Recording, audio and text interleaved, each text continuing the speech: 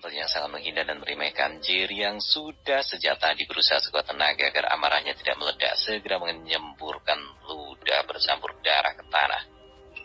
Melihat itu mereka yang ada di tempat itu tertawa terbahak-bahak. Lalu Anton kembali melayangkan tamparannya dengan tenaga yang tersisa. Pertarungan itu benar-benar membuat napasnya nyaris putus. Namun demi menjaga arogansi, dia tetap berkata sambil berteriak. "Berlutut kataku sekarang. Jika tidak, kau akan menyesal."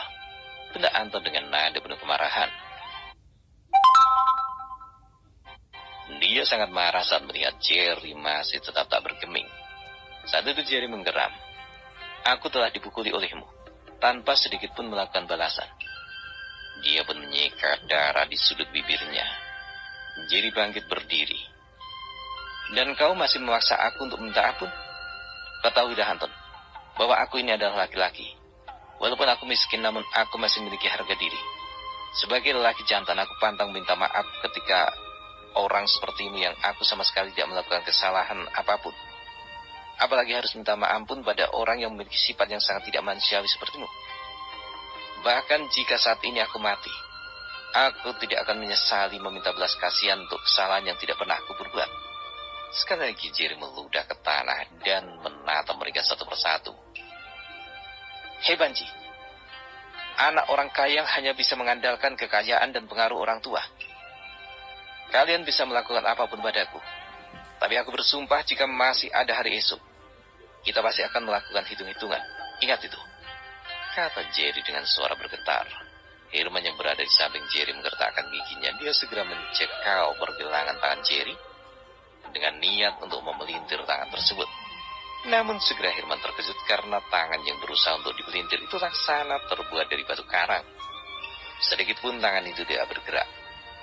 Saat ini Herman merasakan urat-urat dan otot pada lengan itu bersembul, mengeras dan kaku. Herman yang tadinya ingin mematahkan tangan Jerry mulai merasakan dingin di belakang kepalanya.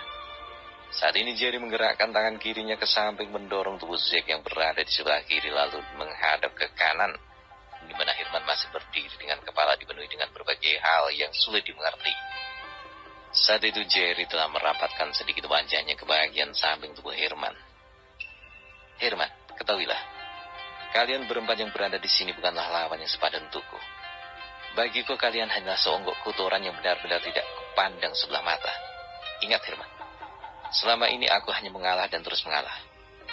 Kau harus tahu sesuatu, Herman, bahwa aku tidak lemah seperti yang kalian bisanya yang hanya main keroyokan. Selama ini aku terus mengalah, agar tidak menimbulkan masalah terutama terhadap studiku. Jadi tolong jangan paksa aku mencabut nyawa kalian satu persatu."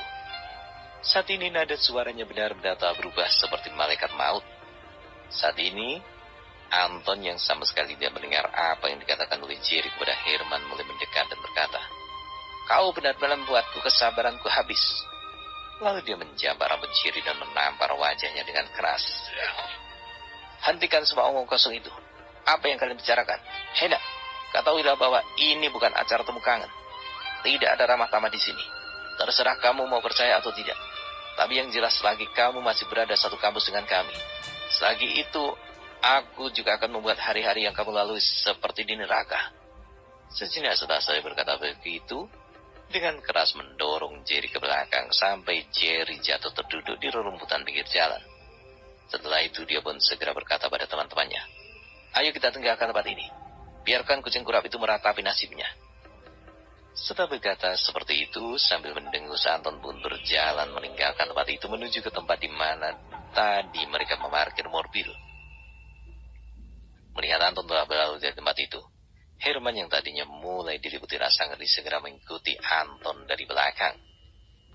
Setelah semua sampai dan memasuki mobil, Anton segera menekan gas, lalu mobil itu menghambur dengan suara meraung meninggalkan tempat itu. Sesaat setelah mobil Anton dan teman-temannya meninggalkan tempat itu, Jerry yang masih terduduk di tanah segera bangkit berdiri. Saat ini dia merasa tubuhnya benar-benar remuk laksana diseruduk banteng. Sejenak dia mengatur pernapasannya meregangkan otot-otot untuk melancarkan peredaran darah di tubuhnya. Setelah beberapa lama dia melakukan itu, barulah dia melangkah pergi berjalan menuju ke asrama. Di sepanjang jalan dia masih memikirkan yang terjadi barusan. Untuk saat ini dia masih bisa menarik napas lega karena Anton dan adik-adiknya telah meninggalkannya. Namun dia tidak tahu masalah apa yang menantinya di masa yang akan datang. Saat ini Jerry telah sampai di depan pintu kamar asrama tempat tinggalnya. Dia mengetuk pintu. Daniel, Rico, apakah kalian di dalam? Apakah kalian belum tidur? Tolong bukakan aku pintu untukku. Tidak lama suara Jerry hilang. Pintu kamar pun terbuka. Terlihat Ryan berdiri di seberang pintu terkejut melihat tampang Jerry yang sombong samping. Ryan buru-buru bertanya, Jerry, kamu, apa yang terjadi denganmu? Melihat Ryan seperti melihat hantu, Rico dan Daniel segera menghampiri Ryan yang bertanya, ada apa Ryan? Apakah itu Jerry yang datang? Ryan hanya mengangguk dan menyodorkan kepalanya. Lihatlah keluar, kamu akan tahu. Daniel segera meninjau keluar dan terkejut melihat keadaan Jerry. Bagaimana tidak? Dia melihat Jerry seperti habis diamuk massa, wajah memar, rambut acak-acakan, tubuh kotor dan baju sobek di beberapa bagian. Keadaan Jerry benar-benar memprihatinkan saat ini. Namun Daniel hanya sejenak terkejut.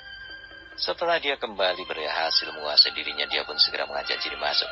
Masuk dulu, Jerry. Kamu bisa menjelaskan nanti kepada kami. Sekarang kamu harus masuk dulu. Segeralah mandi dan kamu bisa menjelaskan nanti kepada kami. Rico dan Ryan menarik tangan Jerry untuk segera masuk.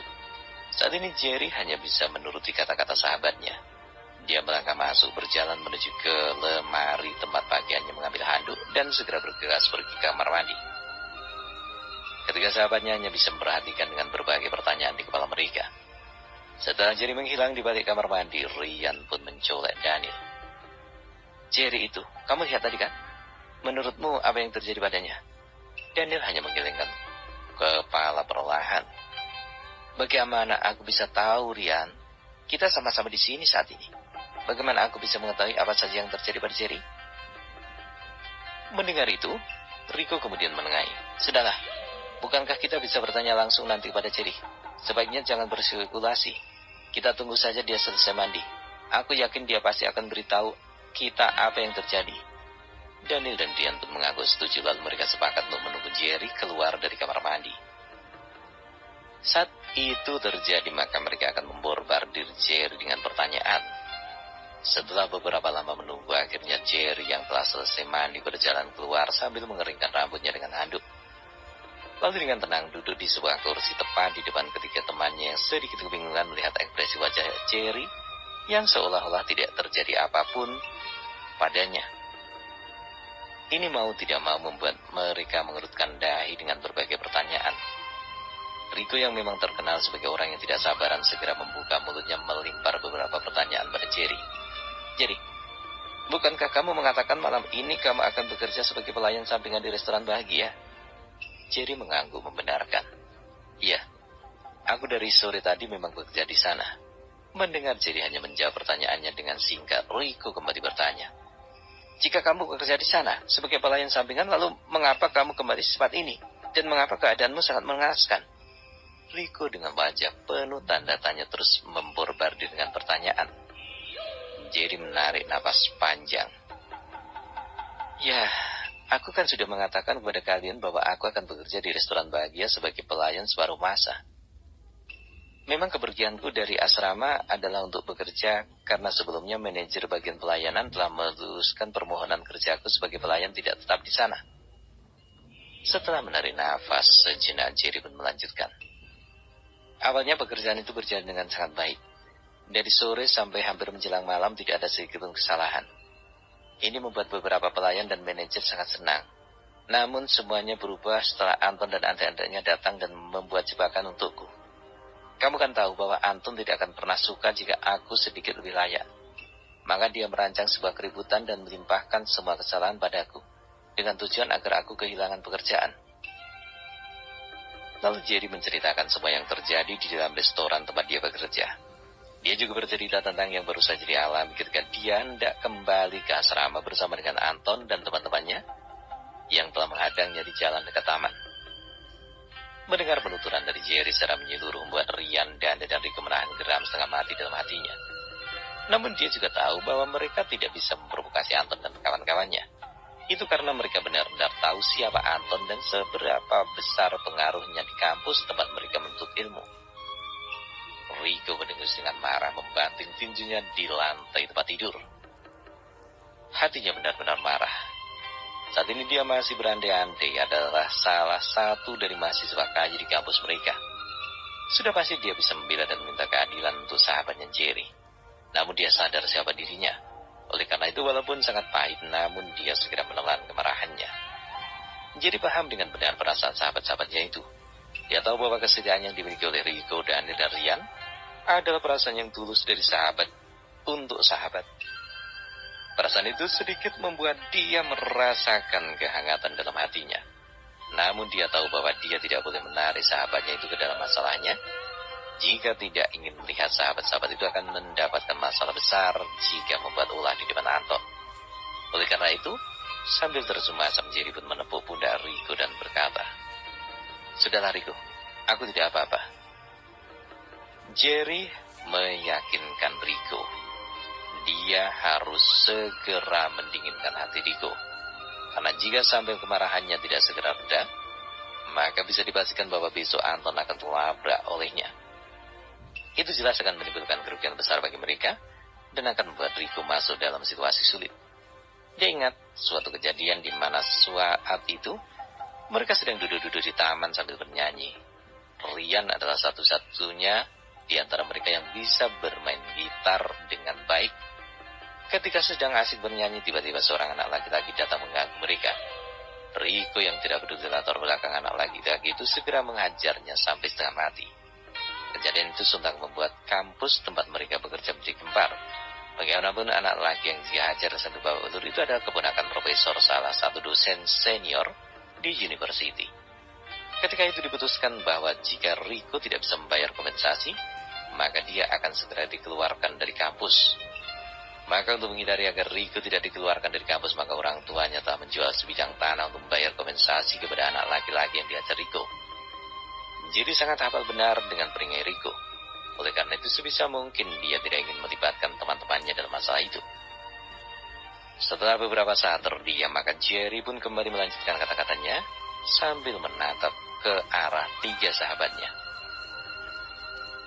"Aku sangat menghargai perhatian kalian terhadapku. Jujur saja, aku merasa kehangatan ini di hatiku. Namun terus terang, aku tidak ingin menarik kalian untuk terlibat dalam masalah ini. Aku merasa cukup hanya aku saja. Karena sejak awal target mereka hanya aku, bukan kalian. Jika kalian memaksa melibatkan diri dalam masalah ini, maka kalian harus memikirkan konsekuensinya. Cukuplah masalah yang kamu timbulkan dulu. Menjadi pelajaran berharga buat kita semua." Jerry memandang ke arah Rico. Mendengar perkataan Jerry yang memandang ke arahnya membuat Rico menyeringai kikuk. Dia ingat betul tentang apa yang dilakukan waktu itu. Perbuatan itu membuat orang tuanya harus menjual aset milik keluarganya yang hanya untuk membayar ganti rugi yang diakibatkan oleh perbuatannya waktu dulu.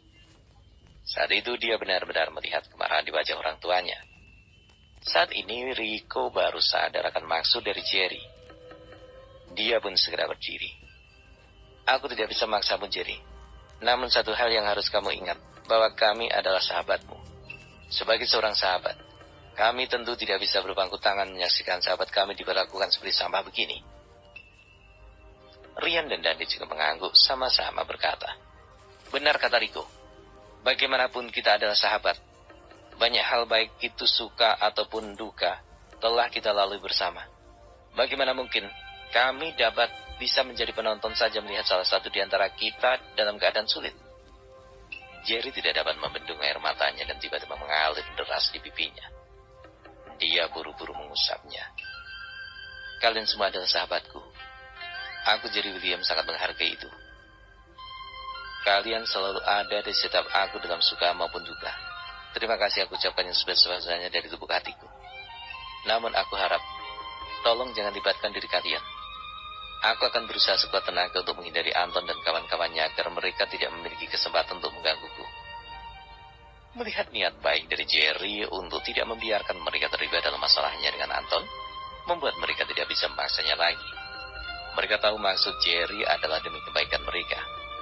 Mereka juga sadar dan paham benar jika mereka terlibat bentrok dengan Anton, itu dapat dipastikan bahwa hari-hari yang akan mereka lewati ke depannya akan sangat sulit.